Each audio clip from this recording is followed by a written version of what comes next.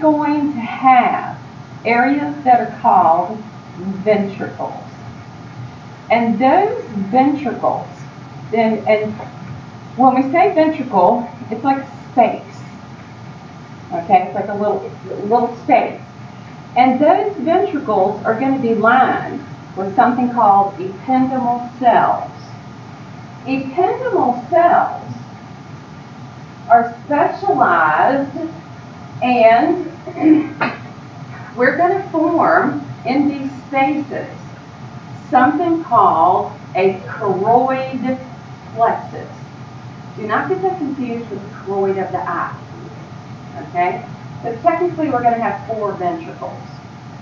Now these ependymal cells, they can either look flattened. What does that kind of remind you of? Who said squamous? Okay? They look like squamous. What about the other ones up there that are also ependymal?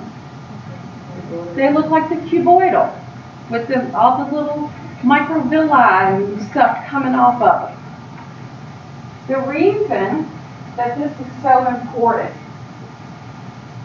the cells, when we look at those flattened cells, when we look at these ependymal cells, they secrete cerebrospinal fluid. Now, cerebrospinal fluid. Heard of it? CSF? All right. Important? Oh, yeah. Okay. So, when we are thinking about the brain and the spinal cord,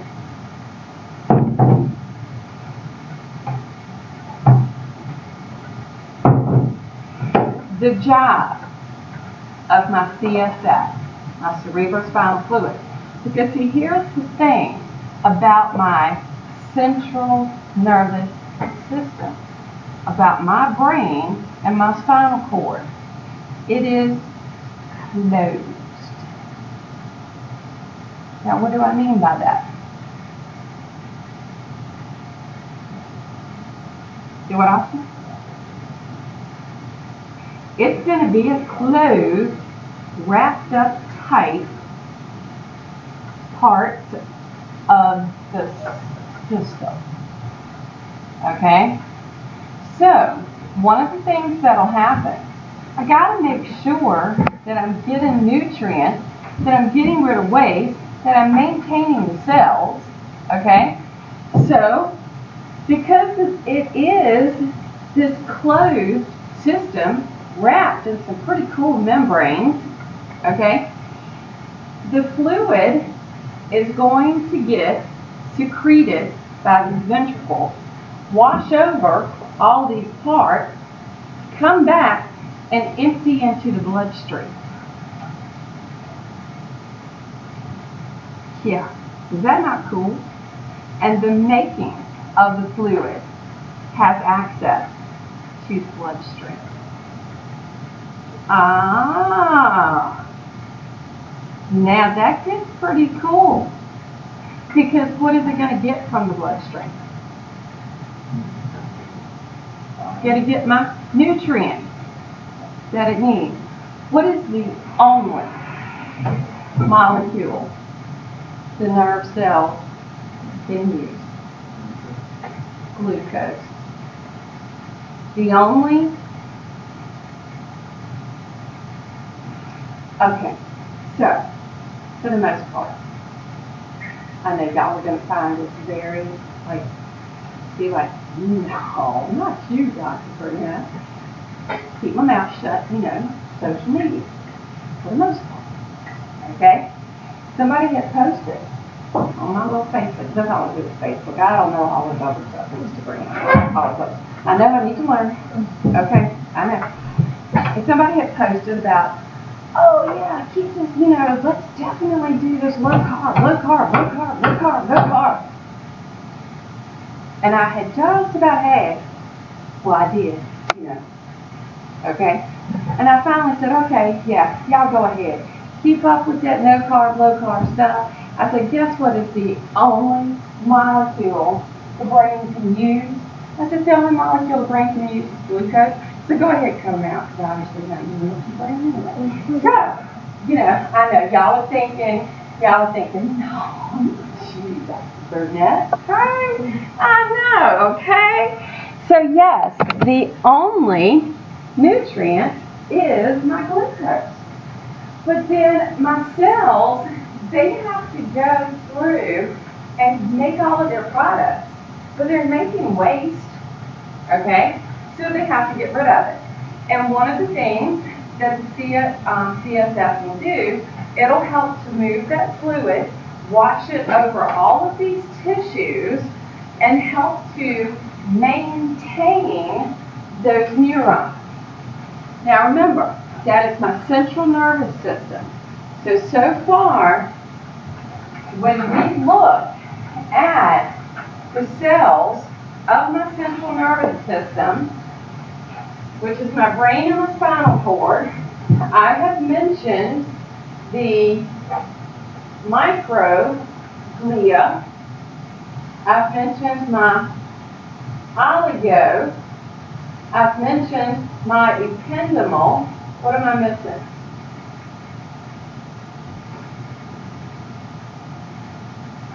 So I have done my micro, oligo, ependymal. Here we go. My astrocytes. I know, don't think of it. Well, think about the Jetsons. Okay? With astro. I'm like showing my age now. Okay, y'all probably don't know the Jetsons, but their dog was named Astro. Okay? So, astrocytes. Well, if we think about astrology, does it make sense to think about stars? And woo! How the stars are woohoo! And woo! You know, all the little thingies that come, all the little rays that come off of the stars. All right, well, this is what's going to happen with an astrocyte. But now, look at the connection. When I have my astrocytes, these connections, what two things do you see them connecting to? It's almost like one side connects to this, one side connects to that. What are they making a connection between? They're making a connection between my nerve cells and the bloodstream. Why would I want to have a cell that stuff would actually have to go through first before it could make it to the neuron from the bloodstream? Why would I want that kind of protection present?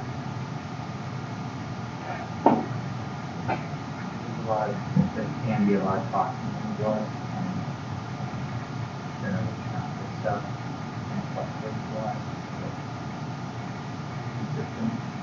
We want to make sure that that bad stuff that's flying around in our blood cannot make it to a neuron. Now, bad stuff. Toxins, bacteria, chemicals, all these types of things.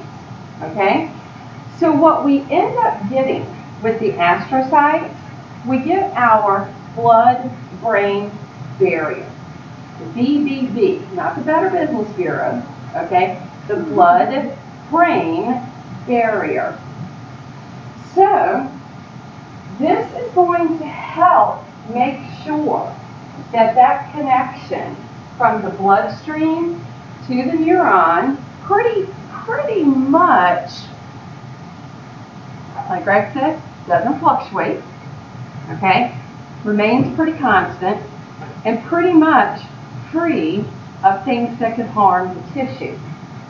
There are substances, however, that make it through, because we're looking at cells that are lipid-based, all right? Phospholipids are making up the cell plasma membrane. Materials that are lipid-soluble will make their way through. This is the reason that you get the buzz when you drink alcohol. Alcohol is lipid soluble, so it makes it across the blood-brain barrier to the neurons before the liver has time to detoxify. It's the reason that when you smoke something, note I said something, okay? I didn't specify anything, okay? That when you smoke something, you get that feeling from it, the high from it, all right? Because the substances are lipid soluble. This is also the reason that it is very difficult to treat a brain infection or a brain virus, because that material that made it through, that bacterium or that virus, medications do not cross the blood-brain barrier. All right? So for a medication like psychotropic drugs to alter the activities of a neuron, they have had to engineer those medications to cross these cells. Our medications, for the most part, that are made for bacteria, like an antibiotic, okay, are not going to do that. So medications that they have created to do that have become very, actually, there's only one that I know of, and I'm not really sure if it works at that level or not. And I'd have to go back and do some research on it. So as far as I know, we don't have the medications that can fight the bacteria and the virus. Which for a virus, for the most part, the body's got to fight it anyway. All right? So what I did was I've given you a handout. And this handout, although very simplified, all right, is trying to give you a representation of these particular cells of the central nervous system.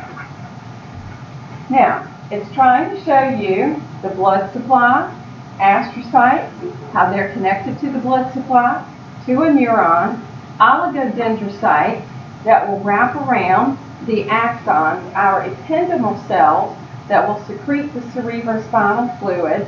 They're trying to show you myelin, the fatty wrapping around the axons, and a microglial cell.